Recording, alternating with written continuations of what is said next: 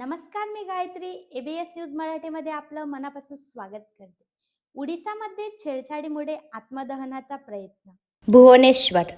ओडिशाच्या सुंदरगड जिल्ह्यात पदवीच्या दुसऱ्या वर्षात शिकणाऱ्या एका विद्यार्थिनीने आत्मदहन केले. यात ती 90% भाजली आहे. तिची प्रकृती चिंताजनक आहे. गेल्या 6 महिन्यात राज्यातील अशा प्रकारची ही 5वी घटना आहे. पोलिसांनी 25 वर्षीय व्यक्तीला अटक केली आहे, जो तिला त्रास देत होता. नातेवाईकांनी सांगितले की ही घटना शुक्रवार रात्रीची आहे. ती अभ्यास करत होती. तिची किंकाळी ऐकून आम्हाला जाग आली. आम्ही तिला स्थानिक रुग्णालयात नेले. मुलीला एका धमकीचा फोन आला होता.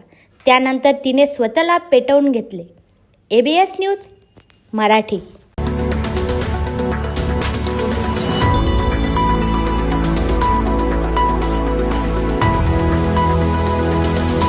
अल्फा ब्रॉडकास्ट सिग्नल आणि तुम्ही पाहत आहात एबीएस न्यूज मराठी.